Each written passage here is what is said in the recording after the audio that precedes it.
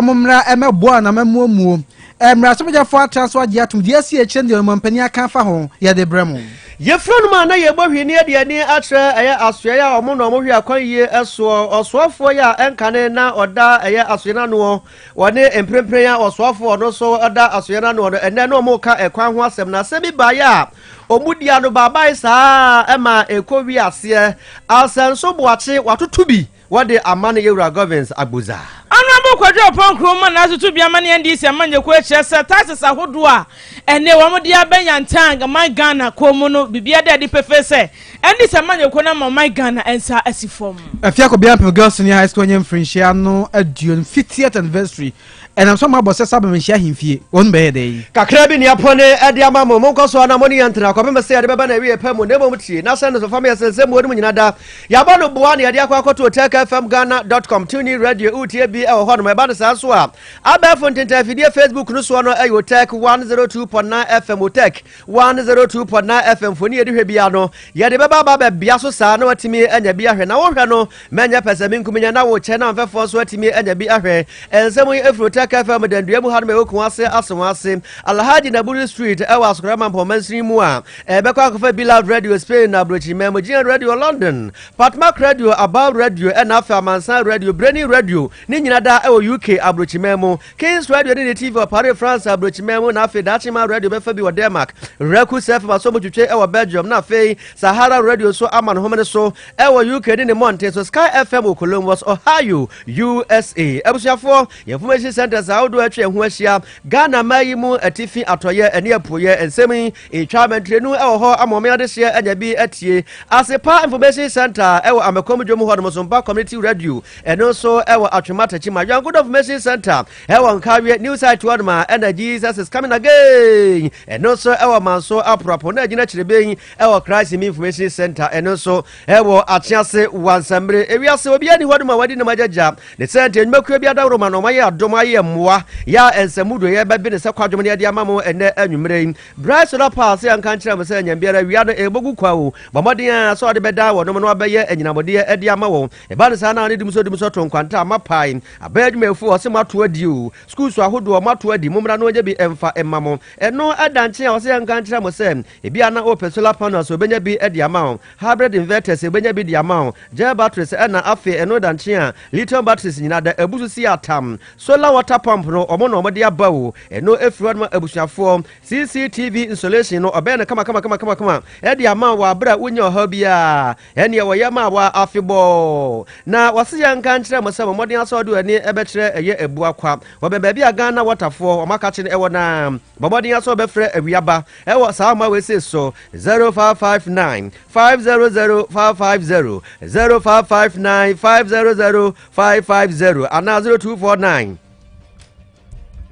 Ana 0249 282228 0249 282228 ofra obeje wo so feti o feti o mabase clinic se anka nkyerem se anyambiara yade no ehe na hye bomodin aso de beba beda wonom ene wo tenete ya chese enya asem ketwa kura omasum asem no eye tie ase kwakuo kon no efidie no akofa free India mamu o he no mo de eba ye okwa eye adwuma fruit so beka na ase na eye adwuma fruit na ase akwa tiri so ba bia ade ne se bia no na atwe piosa nya twepesi ya kukuro ene okọ ya na atwa no nketo ade ama otwa no nketo ade ma wa okọ atafre ho wo tafre ho no ene se yade no ekọ no eye bafua ebusuafo ye ni akire kura bamodin aso ade ani fetu mafate clinic se kantra mo se anyambiara yade be na etete yade be na ejojo wo na mo de ache anyinam nkane no ebo na ni ekakra mesra mo fetifo video no woro mo kofa free India memu ene baye ene okọ ye adwuma free utiri so ebe kan na ase na ye adwuma free na ase okọ utiri so ba bia wase point wo bia no na no ayi pie eyi pie sa no a na afidie na twanro nketoa na ede amawo okọ atafre ho yade na ekọ no ebefuo na enu nansa wo na wo kọ wadwuma so no ahine makokọ ben ye be Jomas campaign hodoma 80 jance hodom he na monsa ebeka yen bibia ni afre he wa 0244 583859 0244 583859 0059. SHS online ababa bedra adiama adisuafo a ene wo ma wie JHS airtwo so abusuan yese akwada ne ntena fe no nsua de de ohia ye laptop ana internet anu anu no se ye mfie mienu mfie miensa na se mfie nan eho programs nyina wo ho a de ehia ne se oba no waye krado o register ne se kikra anu anu no wo dem obetena fie na wasua de asomdwemu ekwan paso ebra ne so betwe BC so he na wakwakwakwotwe eye wasin so he no wakwotwe ne kama na no kwasam ne se akwada no so betwa pa se de wote classroom na etie kanfo de masofo ne kyeremu e wo mo website wo bibia ni anasa sembise bia wo de fa kru chegu hombe yi wano eye shsonline.edu.gh anasa fremfanifo obaje brani adaje no ato bo atetemu kama se de sitie e de amawo amonya ho ntiase no watimi aboa a register obano bi e wo so wai ahoma na 0599 022998 Kwajo Reko Royal Enterprise at the Reko Eba Mesha Abejaso. Edronya bia e bonsentia ne se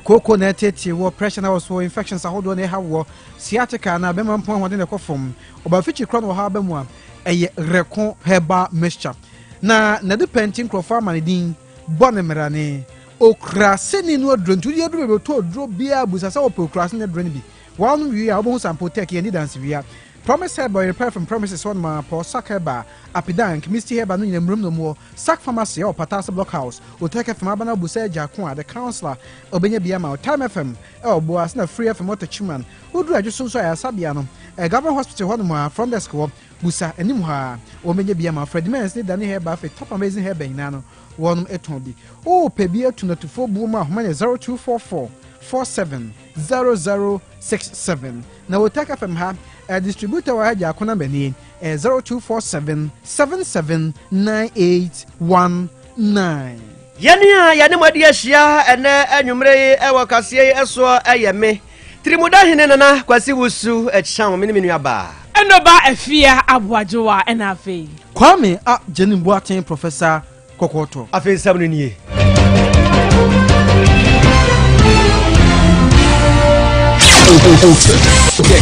OTEC FM 102.9. Don't touch that dial. Yako omayi amrasha badwafie asembi kotwa omanim ya na awasa obogitu mu prakopa na ebeye emra metre eye social protection bill no na enura nanka wasa omogitu na ebeye emra ewo Ghana ememu se omampani de stamp timu sonko ade a na jese eniema akonkan ede amayen na omukwa ya na omutentam ya na omododo no omanso ntomutu se na ene no abrewa ayi makwa mu ama ene de omukwa ya na bibia ededin ama eye social protection bill no Wadomo akwaji atum ya mampanin wadene sasha ase na ababeye emra na sa social protection bill no ebeboa ama social protection fund edumadie atimi akoso eyefoto a yeboto honom ya ebetimi aboa ye dada setremaju edie ama ohia buburo ye kumkoto ma nuda anya parada so no yeho betimi ahen a yakakra ewo no so emu enti omaji atum se ne se koba ne se omampanin adene stamp no etim so si ya wo mu a na ebabeye emra ebeboa ama mra bi atasa atatade ni nyina achi bibi atese livelihood empowerment against poverty ye twa de se lip no mra bi ba beta achire na ayese de tie na efata ene eto apentia omandi sika kura na yebetimi de nsa bom na yede ahwe na ne matimi akonkan na Ghana school feeding program dwumadie no eno so saa ba beboa ama atimi anyini na akonanimu papa eno everyone ma basic education capitation grant no eno so eka ho bi na ban pomni achi baya wode baye akono no metre national health insurance scheme no eno so eka ho ebi na enadain wa bra omoji atumu se emra emeye mra ewo Ghana emem hanom no oswafo ya wono ene wo hwe sade beye na empokura no ye dada setremu eyedie nkwada de ma eyedie ebetimi akonka ya didin ene eye Agnes na momolati okasai no de atu edwa ese ene panimfo nkojetie ye obukosi ye ene je akwaje saasemu ya beto hode dadai atumu ama na baba ye emra no baba boa papa ama omayi yetimi adiye na ne ma bia enkesi a afa na monkofa sika wa hamra monkwaje buso ya hamra no animanimu na no obetimi anya sika adi ahyem na omode aye na etimi aboa ama adasa yedie etimi akoso ewo Ghana emayi mu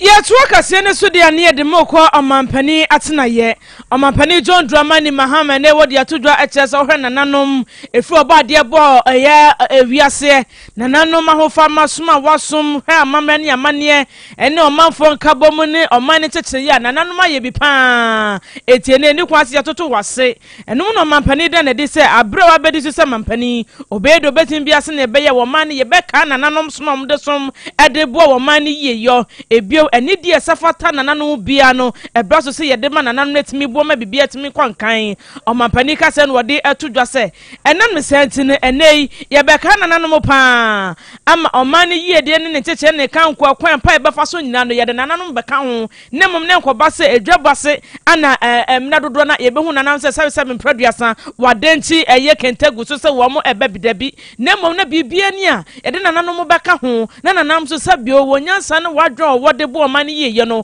watimi diaba na timi abɔ man Ghana afa ne ntoma pa ɛde afra ɔmampani John Dramani Mahama ɔde sanse we nyina to Dwabra Western Regional House of Chiefs nananom a ɛwɔ atoyɛ mantem ɛna ɔbɔ ana akɔhra no wɔ natenaye ɔde sanse we nyina da ɛto dwa ɔmampani John Dramani Mahama. Nananom, your role as custodians of this heritage cannot be overstated. You are the moral compass, the voice of continuity, and the guardians of community cohesion. For this reason, I remain firmly committed to giving the institution of chieftaincy the recognition, respect, and the support that it deserves. I believe that no sustainable development can occur without the active involvement of our traditional leaders. You are closest to the people. You know their needs, you mediate their disputes, and you preserve our cultural identities and our values. Under my administration, we will elevate the role of chiefs beyond just ceremonial functions. In this regard, the Ministry of Chieftaincy and Religious Affairs has been restructured and renamed the Ministry of Local Government, Chieftaincy and Religious Affairs to function more effectively and align traditional governance with decentralized development. This ministry will be better equipped to offer capacity building for traditional councils, digitize records of succession and land rights, and deepen collaboration with the national and regional houses of chiefs. Nananom, as we speak, the National Constitutional Review Committee is still in consultation stage for amendments to our 1992 Constitution. Ɔmampani John Dramani Mahama. Afe yantoa ensano so ɔmampani hɔ a na abusuafo nche bia no mampani bo mpanifo bi din so omumra na be mmesom se asoafo abedi akire osoafo no behwe ana osoafo abedi akire behwe am no ne ho nsem so afi osoafo abedi akire ba ye akwantimpo ho nsem so che se eba nkitaodie nso a osoafo abedi akire akwa adwuma ho no mo onyina obon wondin na asemi be obo akire memra so dwafo mra hwefo so tena so doso ya wie no muji omutum no musa bo akire e koma Ghana mampani His Excellency John Dramani Mahama ene de no mampani ya bamra ne amane age asofo ye tumu a won eba beso e wona memuomu na ho na Ghana mampani His Excellency John Dramani Mahama de atodwa se bo mabai o maba se omba besom o man obi nko obi krom ko he no ho ageman entia kwans ni orent no omo osra omo se omo fa ho brase en time penimfo oba wabo mu chidom no achi na adwuma mo ye nso abanfa so ma Ghana fo nyina agewa krom. With this swearing in of the final batch of deputy ministers, my administration completes its full team of 60 ministerial appointees. This is a clear expression of our resolve to establish a new paradigm of a lean, purposeful, and effective government. From the outset, I made a commitment to the Ghanaian people to restore trust and discipline in public service by building a government that is not bloated but balanced, by building a government that is not extravagant but efficient, a government that is not excessive but effective. We're entering a new era of public leadership, one that is defined not by titles and numbers, but by the results we deliver and the integrity with which we serve the Ghanaian people. As I noted when the first batch of ministers was sworn in, deputy ministers would only be appointed to ministries with a heavier workload and extensive oversight responsibility. Abusuafo de tino ke Ghana mampani His Excellency John Dramani Mahama. Another I will my imra sabada fie and ya nipa na kwahwe. Wonumonyamfo Kwame Govins Abuza wono ana waye woswafo a wohwe akwantemponi akwaye asoye eso. Wone eye enkane woswafo wono so wohwe eye asoye no so wonumonyamfo Francis Azenso Boache Bandma Azenso Boache no enye wabra asemo ebeto dwa efa eye big push a abana bo edi ato so omode ba beye akwan no enye omudi anobaba ye saa ma ekowi ase enke ya gitakura mpo enisa na ehwadom na Asenso Boache so regina ne naso na wode tudwa se nyame dem nukasem nie saa ekwan ya omoso omuyi a omode big push na eye no we say no opeso okeka na toga na fotrim nanso nya saa kura na tie ekwan bia so no de ogiri ye pa say ya amanyosem bi na omode ba ba ye fi so maka so omo ba ye na wode amanyosem bi wurawura mu a na akwan no kura na omo kire se omo ba ye na nya de a ye betimi adi ho mfaso so oman mu ni nyina adan a Asenso Boache kire se ye wa akwan bi wo hodom a so omo yi na totototo mu a ebeboa amadi mpuntuo ni yedi aba ofa bibi ade se bia miankasa bi die ma hafo jasi krom mfa ma ekwa na apratete ya se kontebe nanso hodom ne nya bode akase na ade ba goso na goso fo so di bia bekumase first person na nantu se goso bode ayo so bode eni ade saa akwan na waso mo hwe do mo ye ya na wadi ye twa ba bia ja na mo ye bibi kululu bi ya no ense emfata kura ne no eno se o kire mu di a kire o man ni nyina ya oswafo de se onti ase no se onti ase se de mo ye nya de a o man mu ni nyina betimi adi hu emfaso moma yentie din sema odi tudwa. Has talked about push is neither balanced nor big nor strategic. I say this because I believe strongly that it's just a political program rather than economic efficient program. One, Mr. Speaker, the list of programs of roads is heavily skewed towards certain regions in the country, completely neglecting Greater Accra region and Ashanti region. For me, that is not fair to the country. That is not strategic, because you build roads where there are human beings, a lot of densely populated people, communities. You build roads which will connect economic centers. That will drive economic development and economic growth. Yapa ena yewra Agbuza ode ba betudwa se masa so ho kra na gina baabi na ade ne de o ma mu ni nyina na edi ho mfaso o my brother na meka na me de a kire pray nye pray fa se nyame ne mlukase mo abraso ye hu yi wote baabi a ho adwodwo na amanfo so te baabi a sebe mpraduasa o mo ho kire o mo wakwan yiye mu ena wode eye enkran ni kumase kwantempon no toto ho ena o se hwe se kwabra ne traka mu a ehye no traffic a obedi so no enya asem ketua enti se yaba na yese wantimi anye ye ba ya we je sanka asem bia eni honom Kwame Agbuza. Basic economic theory teaches that when resources are scarce, when you are in financial constraints, you prioritize. And that's exactly that's what I'm saying. If my opponents don't understand this, I don't know what else they will understand. You issued a statement saying that we are saying that President Akufo-Addo well, we are trying to rubbish President Akufo-Addo's record of 10,800 kilometers. You were not here. He was standing here and said, we have built 10,800 kilometers of new roads, and he was doing us like that. Remind him. And I fact-checked him. What the president said here was untrue. He never built 10,800 kilometers of new roads. My brother, you see, you have been a road minister for the Republic of Ghana. Is it just a small advice? The road minister of Republic of Ghana, it doesn't sit well where all your examples appears as if you haven't been to any other place in the country. It doesn't look well. Yes, I agree. Accra Kumasi have the biggest volume of traffic in the country. But when you give the impression that just because that is the biggest volume, what about the farmer growing yam in Yendi? Kwame Govins Agbuza. Can you swap for one on a share a year and you ma and a dancing home some honorable quadruple croma? What to be a man and this a man you corner parts just say. And nay, and this a man you corner Amagana for answer as if from what do more. Ninjan say, and this a man you corner by ye and your service have been preduasa ye any more and your tua hodwa. Abandadano, no what did one man in Nabe if you want me could be a see. And they are that's all layer a Tomakum or tree, and then this a man you corner at the Abasanka Ghana for Comma Money. Ghana for 2 o'clock baby at 1 when him. no pani echemu se enu aka bi pa amandi se manyoko ne na gidi ahodo a Ghana fo nya wo mu manu nti wo mu gina so to aba no ede ma wo mu no ama wo mu sa asifom ochemu se endi se manyoko no nim pefe pa se eto no wo mu ye free ho no nya de ebeboa na so nyina mu no wo ma wano brimu tu futuro gu Ghana fo ni ma Ghana fo ho MPP manyoko se sabio wo mu aye o man na bro enane wo mu keka bi gu mu a wo mu de tumi ne ese wo msa na so na ye hu de ye hu yi eto makomako nwotwe ana sabe endi samanyeko no ede aba wo chemu se wenyina aye futuro kase endi samanyeko no tugu MPP fo ni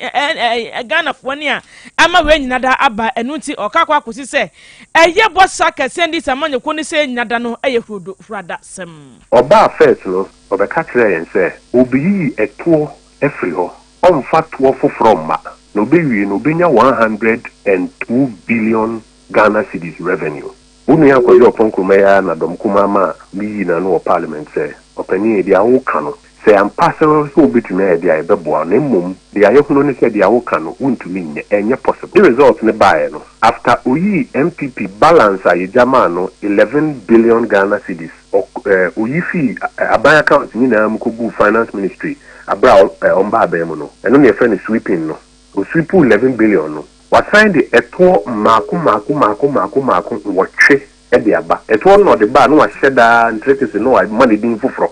nti won se wa mo nya nda wa hu basa bre de to watche e na aba o de sa ne money na ba e kra wie when to me nya ne 102 billion no ora kwadro pon kruma ya to aka se ya kwa afia ko biampem girls senior high school kanene ya twemaman secondary school no de mu ya ka se mfrishia dunum ana school no anya nam so panisi asansa fa de o de kire ni se ntin omo ebobodwa ahye hofa na se adwaboyi ana school ni mpanfo de atodwa se akoya se wusi na nkwase na amakokosechi ama na nya amane eno nti wosomba na osantime nyina rotumfo se etu otoso mbe na so free se school yi osantime nyina awura ni ma medi na da so no sanso ya santime nyina ma medi ene da so ena mpanfo a kire mo se free se school ni bae se de osantihene abo school no eba adan ne akwan yie ne ho nyime mu abo papa entia so mo bedi anniversary no bo santihene ma na enye yie tino dad ukude no na headmistress of the school na no madam Emilia Amafo Denuchi wone anniversary committee no mpanimfo bi ebo sese eba manhia himfi a omebo hina ma no wiye anone ya ma ne boni Esther akom edi nkomo ado chirechiri mu omonantese nninti a ombeyi ohene asutiri Efiako Biampim Girls Senior High School ene Atwumaman Secondary School ni nyina eye school ba kope ye bedi 50th anniversary November 15th yedi kan abebo na amane e de atu nanim se ode na nunyam ebetai yechi ama yedi afishada no enne yepese yeba ne no ebedi akuda ye ne yesan ede ye ensembi yepese oboa yen na ye etoto ewo school mu ho yede tu nanim na fe so yebekai no se anniversary na ye bedi no ye 15th November Ebusia for the tinu kan headmistress owo Efiako Biampim Girls Senior High School Madam Emilia Denuchi na se nyame aduma November boss me ne da toso dunu na wodi anniversary na obebo otum for ma no akiri no implementation committee chair edman anniversary no rua yaw twenebo adodo na fra no Bosco wono se yama no boni kasa na wo kire se school no wo ha mu pa ha no ye se school adan yo mutitim na ye dada sanso na school entrance no ayeba saye a we all students and edin mo musiesi nti mo sre aboafo se o maso school mu omo mfiri se ene school no edi ni papi Ghana ne mu Japan kra momenti ono so nkoma odi bai and society dey go kwam no all students especially I say be front gate no for to pave way so obi about but we said there's changes in the school and now ya estimate ya cost for the two classrooms the new and the old say about refabrication so far no previous ya help science engineering club on the and so for anniversary there your purpose pa na gate no two classrooms no say a bit young amana we come so be ti akoho akoye estimate ni bebia say a very deplorable we could help the situation by be on maintenance there and ebusuafo deɛ yɛte no nkan ɛyɛ anniversary implementation committee chair royal twenebo a dodo afra no Bosco ye bo hwi ne de ani atre ɛyɛ bosome frɛ ho yɛ no ɛwɔ asante amantam ye emu abanifo ka sɛ bi ato sɛ pani ankwada ne fie no konkɔ ba ɔno na ɛbɔ wɔmonyamfo cha sapia kubi ɔno no yɛ aban krate pani ɛwɔ ɛyɛ empesua no ɛsoɔ na sebre dia ɔkyerɛ sɛ ato apenten na apenten we a ato no no ankasa egyina mu ɛde amanemamfo na wɔde adesrɛdeɛ yɛ emu pie die mu oduro pa ɛde ato Ghana mampani wɔmonyamfo John Dramani Mahama ɛne ɔsoafo a ɔhɛ akwan yie ne akwan tempɔn aso yɛso ɛsɛn ato apenten on sebre dia ɔmomo ɔno ɛmoa wɔsɛ sɛ oduru empɔtam hɔ pa akwan dodoɔ na apro ateteɛ ayɛ sɛ kontebe yɛ asɛbesɛbe mpraduasa eduru mmerɛ bi na sɛ wofiri baabi na wobɛduru hɔ pa sabe ambaka se bia ofiri baabi foforo bi ene baayɛ aka hu bi ama sɛ ebre kame ayɛ sɛ adwadeɛ mu nsɛm kora no ɛnya de etime ɛkɔsoɔ yie ama ɔdada asetram yedie nso ɛnya de etime kɔsoɔ ɛwɔ kwan biara ɛsoɔ ne nkyerɛkyerɛ mu no ɛna wɔkyerɛ sɛ aba no ɛde mfidie bi ɛbaa metrɛ ɛyɛ drip no wɔma yɛ bi ɛde aboa nanso no ɛno deɛ ɛntimi ankukuru gyato akwa dodoɔ no a ɛna ɛwɔ sɛ sebre aba no ma nani ɛkɔ ho na ɛtimi aboa ama mo yedie ɛtimi aba mu wɔne sɛntwerɛfoɔ ɛna bɔ nkɔmɔ a wɔde saa adesrɛdeɛ wei ɛde to dwa bosome frɛ so me wɔ haw deɛ mabetu bi pa a ɛwɔ haw mebree titiriw yɛ akwan ɛtɔ so yɛ nsuku nsɛm ɛne yɛ mpɔmɔdene mefa nneɛma bebree na mmom saa nneɛma mmiɛnsa ɛyɛ key issue a mefi sɛ ɛha mɛnsini pa bosome frɛ ho sɛ dɛ mɛka akwan asɛm bosome frɛ ho yɛ mɛnsini bi a mɛtumi aka ne sɛ medeɛ mɛka ne pɛn sɛ yɛ ni kota ɛwɔ bosome frɛ ya kwan so sabio ya kwan tempɔn paa yɛ deɛ efiri bomfa junction ɛde ba asiwa kure mu deɛ efiri asiwa kure mu ɛkɔfa adɛɛto ɛde kɔ akɔpie bɛkwan deɛ efiri asiwa kure mu ɛfa anyina ase danso nsɔyɛ mu nsɔyɛ amomɔ so abosam so ɛde kɔpie adanse ɛna deɛ efiri gada mu ɛde bɛsene bɛfa gyimaachi tɛbɛso kɔakyi kuromfere so ma ɛkɔpie mu akwanya kwanya eheda eware mebre na no nso ne de eno ne Yesu afra mi ankasa mempanimfo se omunye yamwa na eno akyire no onwanyamfo cha sapia kubi ama no anzo ho no ma wasa so ade nsem bi tudwa efa eye omommasua ho ne titiro ade senior high school a ewo mpatam ho no bosome from mensin me kan say your secondary school bosome from technical any o ha na ebra na NDC ewa ben mu no o mampani e blocks na ezie no enya adwen sanki si ba ko bosome from ekuru bia na efa tebeso na batu enwie peye enze ha se kwa na abansesa ebae ntina me su masa sre me mpanimfo se sa secondary school no de se de minim so mampani so afato ho se or January new or my Ghana. Your boy and myself school and see secondary school no ebeka the war at least a bit master with a group of Bosome from one. Said the bear na ubimpo neba said we bit na train for school crana, bit mania easy access to ama at the woman and at the abusafo aban krate pania or what Bosome from home and I'm turning king. Royalty International School and your penny power dano a your Royal Judith or Timafo. What they are to do asa wofo nyina se wobese pa se awofo ema wani nko woma adesua ho na niema ne yakade bi esafata kwada no adesua ma ne timi ko nkan bia no otimi ede ema abofra no okyem se mpempe no wohwe awofo bi ene se de wafa ne ho abefofofo yi bi ene ekuta ne se tie nie dwabo bia se wo behu nase na so bewrem na akwada no school fees kra wontu ai okyem se wo hu sanyem bia na yade ehadwen pa awereko na no an wode to dwata se wobesa awofo pa sakoda bia dachi besini ya esa safety ne eti obesa wofo se enei akoda ne ko school a enema bi esafata no fa na hofa enema ni books ni trade bibia ebu akoda de sua de bomodin se wo ye wofo nko da ba mu wani akho na timi abo ma akoda na de sua no atimi edimu odin sase we nya to dwa wa ba no ye kwankoja som ediama emofra wo mo kg2 ekọ class 1 ana fe woni won o class 6 ekọ GHS 1 brekro na kwada na baso hye won kran kire se won kwaso ansua de se ne be ya dache obabanyini aba panimpa. Some parents don't prioritize quality education for their kids. And I think it's about time if you really want quality, you have to also realize that good things don't come cheap. So it's about time we realize that and then invest in the education of our kids so that we can get the best out of them. I think we should prioritize investing in our kids so that they can in turn deliver the future we envisage for them. You don't expect to sow tomatoes and rip apple. It doesn't work like that. Yeah. So if you want apple,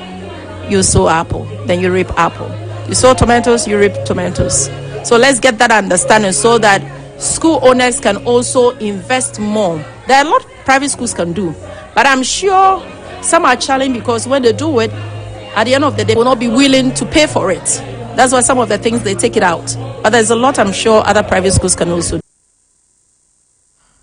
Sukuu Penia Wada Royalty International School Wokotri Oroyi Judith Otin Mafu. Yetu akasiane so na ye boss said ye ni akyeremu NPP amakomu chairman odun kokwape ya wamanyekonu mu abin wo mu pa ya wagidin wo mu na osena nse wato no ho ntenten fidie ne so se akoda bi onye mfrinhie du akokare akora na kosuku a owo na obubu ani ntina okwa owia sa bra Facebook hwe akra ne budefo mu no owia se na reho pa ela pa to huche emono pa no boss se de kwa akokere ho no mo na okọ no onye huche no nkwa no de koye oto entade school atade akra no be hye na ode akọ school bag ene niema bebre emu anwa sadin ana ode ka ho discussion envelope mu a ode aka akọ akra na busuafo se ebere ohu ye no na otena ntena na se tro no aka de no aka no nka bi ma no ntino ana no so kọ ho no mu a akọ che abofra no eniema ebere akasa no de atodwa se ya no se kro no se so bi hu ka wo se wona wo se mo bi nyame adom wona hwe na okọ moa ebere chairman odena ho kwapia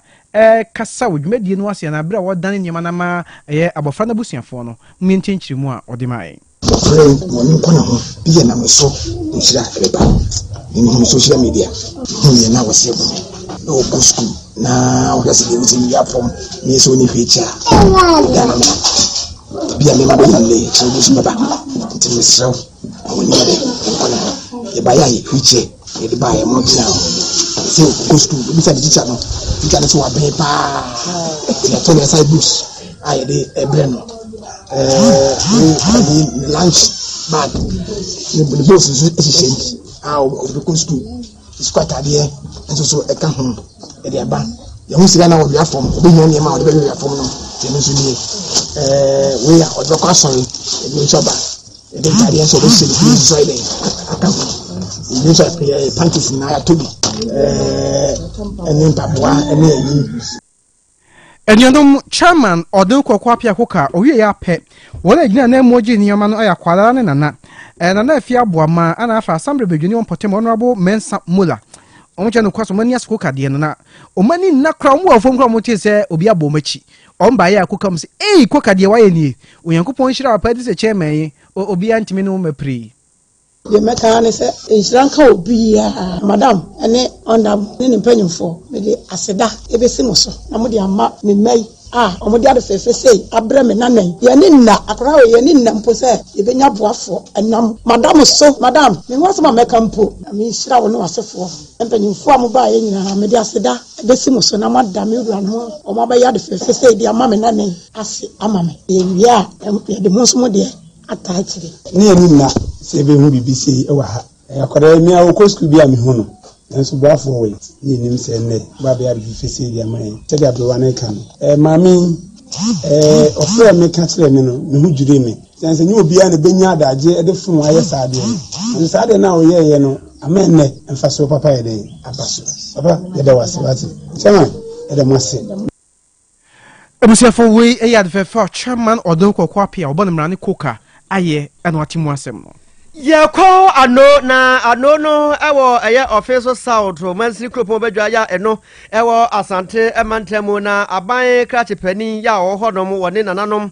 aka wɔn ho abom ama bɔɔla bi ya edi bɛɛbɛ sɛ evisia no aduonum wakɔ akotu aseɛ ɛde afiri hɔ ama sɛ ebire deɛ sereɛ ne anigyeɛ ɛna asɛ ɔman adehyeɛ yɛ ɔmo ano asɛ ɔmo mfurum ma yɛ ɔmo ɛbɔ abasoɔ paa sɛ ɔnom ayɛ adeɛ na ɔkyerɛ sɛ saa bɔɔla no sɛ deɛ esi adi amanfoɔ ne sɛ prefa no ɛnya asɛm ketewa yadeɛ paa na amanfoɔ bi enya wɔ mu no na ɛnya agorɔ koraa na kasa ɛne ne nyamu ɛyɛ nana adu jamfi kumanini berima kɛse nyankyerɛ ne ase nkɔsoɔ hene ɔno ankasa koro yɛ a ɛna ɔsan so apani kwankyerɛfoɔ yɛ a ɔda Samo Herbal Center ano ɛno ɔne ɛyɛ abakrakye pani na ka ɔmo ho ɛbɔ mu a ɔmo de drip machine a aban no ɛde aba no ɔmo de kɔyɛ ne kama yɛ asɛ ebire bɔɔla no atimi ɛde afiri hɔnom na odumonyamfo owusu Amoa Frank ɔno no ɔyɛ aban krakye pani ɛwɔ hɔnom dodoɔ na ɛfrɛ no abɔdeɛ wɔ abra saa adwuma so nyinaa ɛba na wieyɛ no ɛna wɔne ne manfoɔ no di nkitaho kakra na ɔmo so ɛnam nananom so ɛne mpanimfoɔ mu so na mo ayɛ saa adwuma di a ɛne deɛ ɔyɛ adeɛ no yɛma baden ase ɛbɛda n'aseɛ na ɔmo kasae ɛde kyerɛ ɔnom ani so bɔɔla yɛ wɔ ha na yɛ ha yɛ paa yɛhwɛ kurom ha mo sɛ ntontom mpampan a ɛho hia koraa ne ɛba kurom ha na ɔmo yi bɔɔla yɛho sɛ yɛkyerɛ ha koraa da hɔ yɛba no yɛba bɛhwɛ bɔ a wobɛhu sɛ wogyina paake so wohwɛ bɔ a yɛ paake na ɛda kyerɛ yɛ pampan a yɛbɛba ne wobɛhu sɛ obi twam na ɔkɔto bɔɔla agu ne adeɛ ɛyɛ na ɛnyɛ fɛ but yɛhwɛ yɛ ɔmo bɛyi bɔɔla ɛfiri yɛhu sɛ wobaa na sɛ wobɛgyina sɛ wohwɛ bɔ a wobɛhu sɛ wobɛnya mframa papa bi a yɛde ahome ɔmo yi bɔɔla yɛ so ɛbɛboa yɛ paa na yɛde nyame nhyira yɛde ɛma mpanyimfoɔ mu kurom ha MC ne ahemfo meda MC as namada kurein penimfo nyina as ye kono 2 days pe wo ene wa man fidie nyina ba ene otu ene hwa no ma bola no nyina afiri ho ene na me fa ase kan se senti ane wo kuroma ene ntontom no tese ni nyina ekọ ye wo ha me hu se amutu bola no dade na amutu bola no me me yire ne me mamo ya bosse fa hasa eni agye na enu akyire no ananana adu jamfi kumanini berima kase ya wono woye nyankyerɛ ne ase nkɔsoɔ hene ya wɔsan so ɛyɛ CEO edema Samo Herbal Center ya enam ne nsasoɔ ɛma saa de fefei wɔn timi ayɛ no ɔno so ɔkasae ɛde ɛfa ho ɛnyɛ first time a me di tuma ti sei so wohwɛ busumi ya twemu ya mekɔyɛ donation ɛma afija kwabri south emekunu a eto ye pragia 80 edema wo enu achi afija kwabere ho na omo kwan a ekọ apega akufum e ma ye twa so nyina kama ena ne ba offense yi so ni from offense so me offense de chikon na nataja me na nimpon ankasa obetena offense akunya so ya wano tene enti ebra offense so eye anu ana otan for the betu manim se omo bola eku omo mene omo a omo hunu de omo ye se bisa bi mpredasa enya ade a bibia omampanyine ne betimi aye eni tina wayi na nam sifo a ye na nanom ahemfo so etachiri ebra omo de betu manim no anya hwe ha me boanan ekọ eye niwura na jamana kenten otoso mienu ofenso mahene eho ede koto na nim se niwura kro ye wodea na mmom sei na omanfo de betu manim eden na menya mfa ho ono so ka se empuntuo no no so pe enti se omo se dwumadi bi se na omo pe na memenyama omo a onsi me kwan sa hode ne wo ho a menyama omo de ose eyoyo a me ne wo kasei krom hanom bola etim hanom a ema yare adoku nana adu jamfi kumanini berima kase ena mote ne nka no abusuafo ensem no asi yanya bekenkan ye eyeme frimuda hene nana kwasibusu echisan mene Enoba afia abuajewa enafe Kwame Ajeni Boateng Professor Kokoto Yadamasi efie hankaibo